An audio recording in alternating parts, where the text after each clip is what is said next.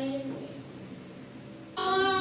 sekarang, untuk materi kita lebih ke arah layanan bimbingan dan konseling stabilitas sensor netra.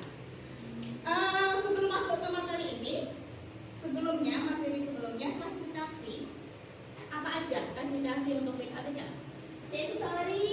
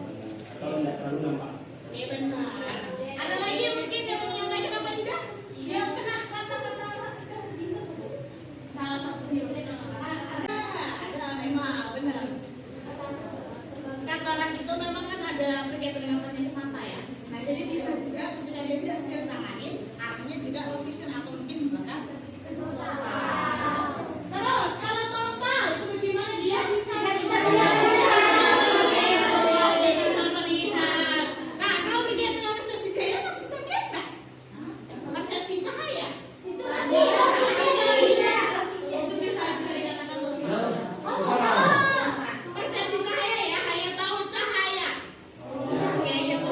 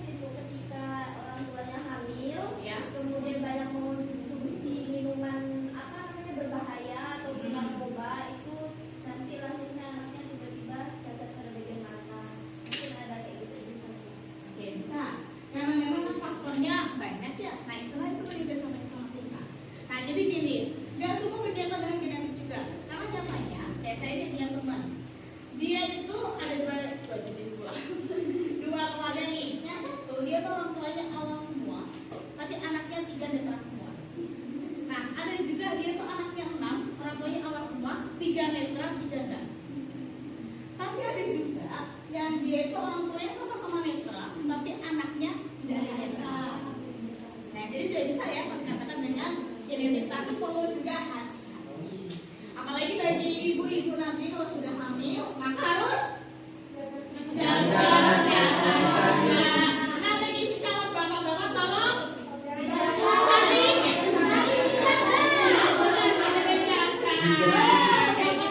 saya juga akhirnya keracunan sih. Ada juga yang seperti itu kan. Oh, berkaitan dengan eksternal, boleh dibaca.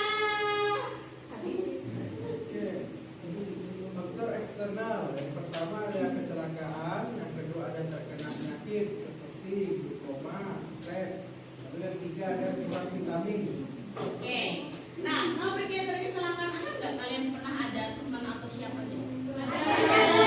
Contohnya di film, oke. Loh, film itu kan juga bisa dapat dari kisah nyata ya. Nggak salah itu. Apa kayak Riza sama waktu kalau mama gimana? Oh iya, bisa jadi karena ada lain ya. Dan memang ini yang berbahaya cuma dia jatuh pun bisa jadi kena netra loh. Ketika berkaitan dengan sarafnya. Soalnya teman saya kayak gitu. Apalagi panas tinggi. Apalagi untuk anak-anak kecil kan bahaya ya. Ketika panas, makanya kenapa kok orang tua itu sering kali khawatir, ya nggak sih? Ketika anaknya udah demam, gimana ya? Ada apa dengan anakku atau bagaimana? Itu kan ketakutan itu muncul karena memang bahaya dampak dari demam tinggi itu sendiri. Apalagi sampai yang pecah. Pernah nggak kalian dengar hal itu? Apa? Gimana dia? Dia mau ngomong apa boleh ya?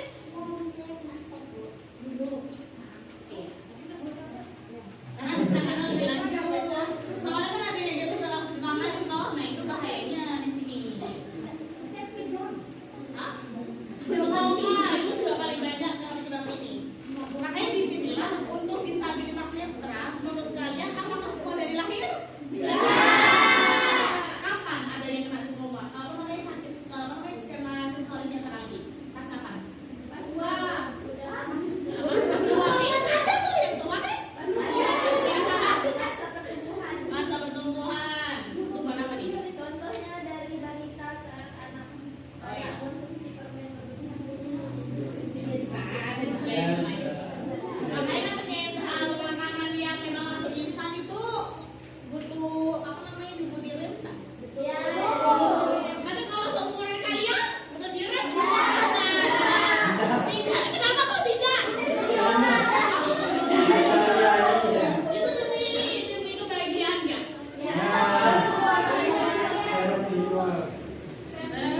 Reward ya Allah. Nah, sepertinya ini masih semangat kan kalian? Kenapa mau ada yang es-breaking? Boleh sedikitnya. Oke teman-teman, semuanya bareng-bareng yuk. Dalam hitungan 3 kita mulai ya. 1, 2, 3.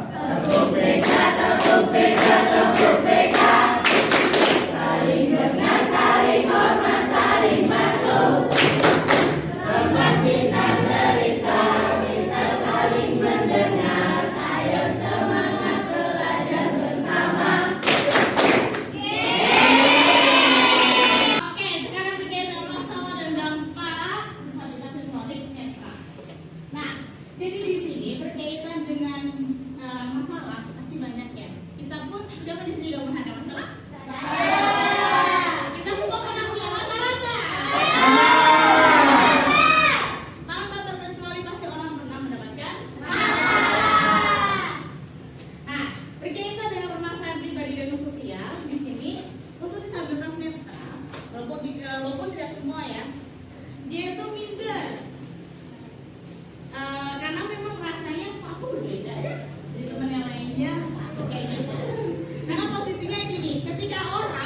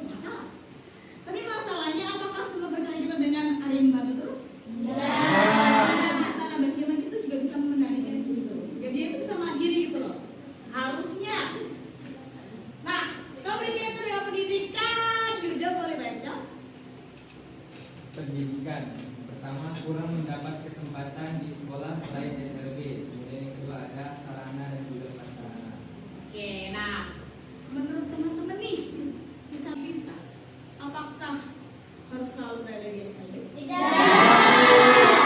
Lalu di mana? Kenapa gitu? Karena sekolah inklusif itu menerima siswa yang berbeda dan juga berkebutuhan khusus. Oke, jadi harapannya adalah setiap sekolah itu sekolah inklusif. Jadi kan inklusi. Karena apa? Karena dia semua itu setara dalam hal ini. Karena perlu diingat ya, di SLB itu sendiri mereka itu kurikulumnya sangat terbatas. Karena memang lebih karena keterampilan paling banyak. Sedangkan untuk netra menurut teman-teman bisa nggak dia berpikir lebih jernih? Bisa. Iya, yang karena memang pendengaran mereka itu lebih kuat ya. Ingatan kan juga tergantung tetap ya. Antara satu dengar yang lainnya juga tetap. Terus dari sisi keluarga boleh baca itu? Dari kondisi keluarga itu ada yang pertama itu penolakan, lalu yang kedua ada overprotective. Nah, menurut teman-teman nih berkaitan dengan penolakan, bagaimana sih penolakan orang tua yang terjadi ketika mendapati atau tidak mendapat anak disabilitas? Anaknya disembunyikan, dibuang, terus Diasingkan. diasingkan, masuk, ada nggak? Terus apa lagi? Tidak diakuin, terus dibanding-bandingkan, itu juga yang terjadi gitu loh. Karena kan namanya orang tua ketika mendapati anaknya disabilitas itu memang saya yakin jadi semua langsung menerima. Terus berkaitan dengan pekerjaan, boleh nih ya? Dalam pekerjaan itu adanya sulit mendapatkan kerja.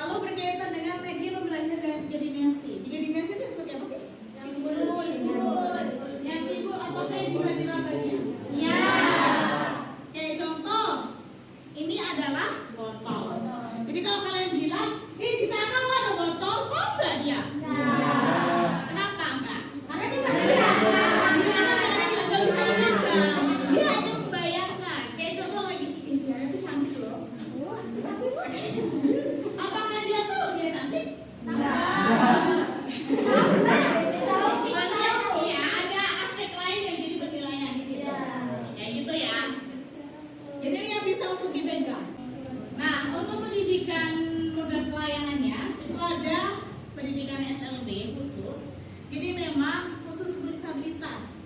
Saya rasa kan sudah sering dengar ya. LB itu ya. Di sana pun jika memang kelas A ya kelas apa namanya disabilitas netra dengan netra, lumbu, bicara, terus jaksa gitu ya. Terus ada berkunjung yang di sini tuh lebih ke ranah home visit atau mungkin homeschooling. Karena mungkin orang tua saking khawatir dengan anaknya gitu loh, sering aja lah biar anak nggak kenapa-napa. Yang terakhir adalah berkaitan dengan pendidikan inklusif. Jadi untuk sekarang kita bantuan Farah ya untuk simulasi bagaimana sih jalan dengan teman-teman netra. Nah, jadi si Farah ini sebagai relawannya. Nah, saya netranya. Jadi kalau untuk dengan teman-teman netra itu bukan yang kita gini ya. Enggak. Kenapa kok bukan gini? Takut kesandung. Iya, takut kesandung. Karena posisinya adalah dia tuh gak mengikuti kita malahan. Nah, jadi yang benar adalah nah, jadi yang kita itu yang mereka. Iya, karena posisinya adalah jalan di depan kan dia tahu artinya kan ada tangga atau ada apa, akhirnya dia tahu. Jadi tidak boleh kalau seandainya gini atau mungkin ayo gini nggak gitu ya caranya.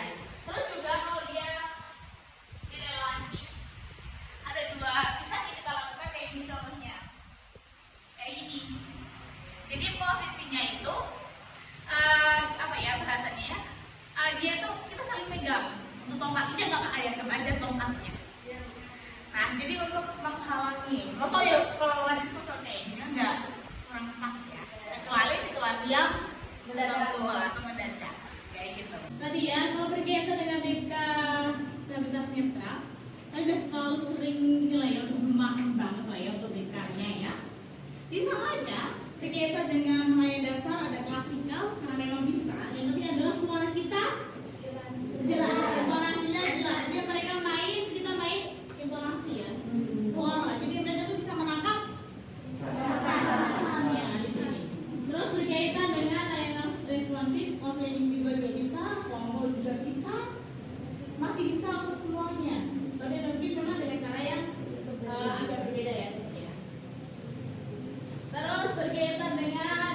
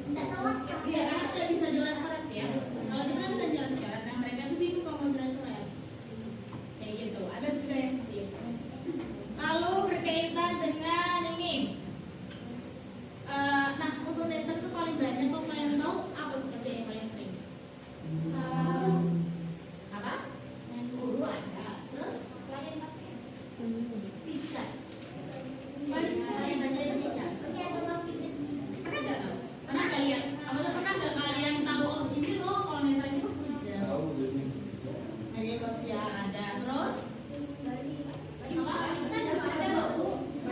Oh iya, baru ada satu berdua. Oh, Itu pun mereka. yang punya pun juga disabilitas. Iya, jadi memang kalau untuk yang punya kafe itu memang beliau ini sih mengupayakan untuk teman-teman cari khususnya dapat pendapatan. Jadi bisa kita arahkan mereka untuk membuat lapangan seni yang tadi juga masih seperti biasa. Nah, TKBK-nya ada berkaitan dengan kreativitas dan artian gini ya, dia tuh harus mengetahui bahwa saya memang dia netral. Jadi menerima apa yang memang dia ya memang dia alami di sini. Jadi bagian dia mengoptimalkan apa yang dia dia punya yang bisa dia lakukan di sini. Terus ekologi yang seperti apa? Apa lihat? Gimana sih? Apa? Iya, berkaitan yang alam intinya adalah dia tuh tahu terkait dengan lingkungannya. Arahnya ke sana ya. Tadi yang sudah disampaikan kita bahas bersama. Kesimpulannya apa sih? Saya mau tanya dulu nih, berkaitan dengan faktor apa aja sih yang mempengaruhi dia bisa disabilitas mental? Internal seperti apa?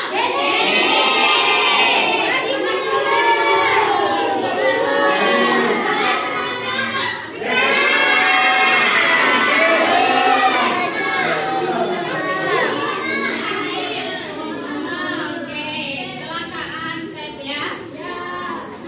Terus berkaitan dengan kalau masalah pekerjaan, kenapa kok dia dapat pekerjaan? Masalah pekerjaan tadi apa? Oke, karena keterbatasan dia untuk melakukan apa yang dituntut dari pekerjaan itu.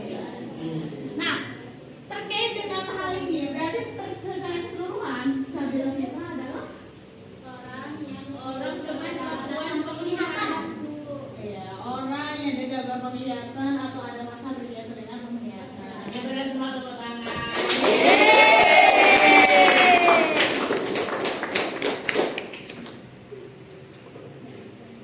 Tadi ya sudah sampaikan teman-teman bahwasanya netral itu sendiri itu ada dua, location dan kalau untuk layanan di bidang konselingnya lebih ke arah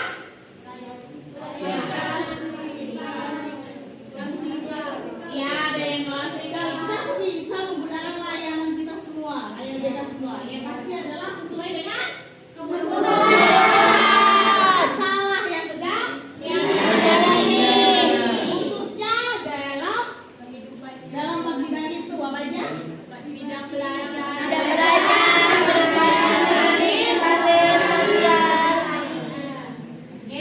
benar. Nah, ini ada tugas. Nah, tugas ini sudah saya share ya. Nanti kalian kerjakan dikumpulkan ya. Oke, ada yang ditanyakan? Oke, silakan. Bang Aldi, bisa berdiri. Ya, baik Ibu, tadi saya juga sedang membaca mengenai beberapa faktor ya Bu. Ya, bagaimana Bu cara kita nanti sebagai misalnya ada teman Ibu yang mengalami tunanetra. Nah, dia itu Bu menarik diri Bu, tidak mau menerima bantuan dari kita gitu Bu. Sedangkan dia memiliki keterbatasan itu. Bagaimana cara kita mengatasi? Oke, terima kasih ya Bang Hamid ya pertanyaannya. Nah, jadi ketika ada teman-teman bagi teman-teman, kalau ada yang teman kita nih yang terapi menarik diri, nah, bagaimana kita juga sebagai temannya bisa mendekati? Mendekati dalam konteksnya itu bukan berarti kita dekat yuk, enggak ya. Tapi lebih ke arah bagaimana kita tuh diajak ngobrol, apa sih kebutuhannya, dia butuh bantuan apa yang pasti adalah teman-teman itu pasti membutuhkan untuk dia mau beli juga. Ketika dia mau kemana ya kita temenin. Bukan berarti kita nggak apa ya, coba memandirikan ke dia. Tapi bagaimana kita itu memberikan apa ya, ketika dia butuh bantuan apa, nah kita disitu hadir. Untuk apa? Untuk apa kita hadir?